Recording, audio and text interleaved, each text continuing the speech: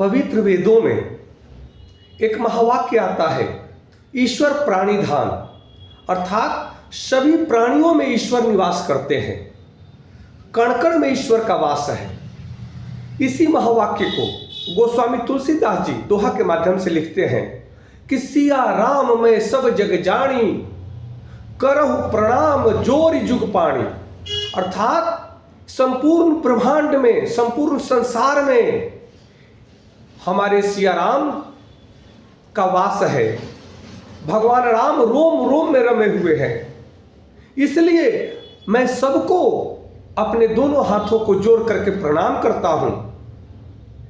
इसी के साथ में एक कहानी छोटी सी शुरू होती है कि यह दोहा लिख करके गोस्वामी तुलसीदास जी जा रहे थे अपने घर। रास्ते में एक बालक मिला, बोला महाराज जी इस रास्ते से न जाए, क्योंकि इस रास्ते से एक बिगड़ा हुआ हाथी सबको मारता पीटता हुआ आगे बढ़ रहा है, इसलिए आप दूसरे से रास्ते से जाएं, वरना ये आपको मार डालेगा।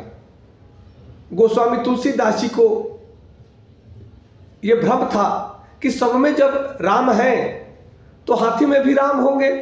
ये आज का बालक ये हम समझाने चला है, मैं उसको प्रणाम कर लूँगा, उसको हाथ जोड़ लूँगा, फिर मैं आगे निकल जाऊँगा, वो अपने रास्ते चला जाएगा।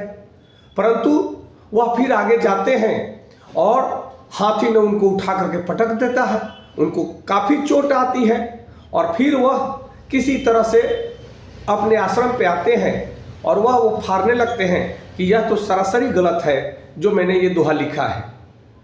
जब तक हनुमान जी प्रकट होते हैं और कहते हैं कि नहीं हे गोस्वामी, यह जो आपने लिखा है ये सर्व सत्य है, यही सत्य है, परंतु आपने गलती कर दिया।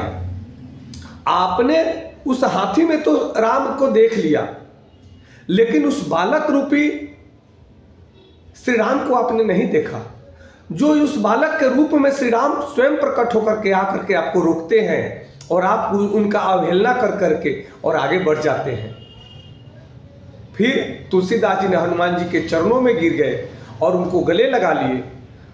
यही होता है हमारे जीवन में कि सब में ईश्वर का वास हम देखते हैं, ईश्वर के स्वरूप देखते हैं, परंतु हम छोटी छोटी गलतियां कर देते हैं और छोटी छोटी गलतियों से बहुत बड़ी समस्याएं पैदा हो जाती हैं हमारे जीवन में। इसलिए हम सबका कर्तव्य है कि छोटी छोटी बारीकियों को भी ध्यान देने की जरूरत है और सबको श्रद्धा से सम्मान देने की जरूरत है। हमारा जीवन अपने आप धन्य बन जाएगा।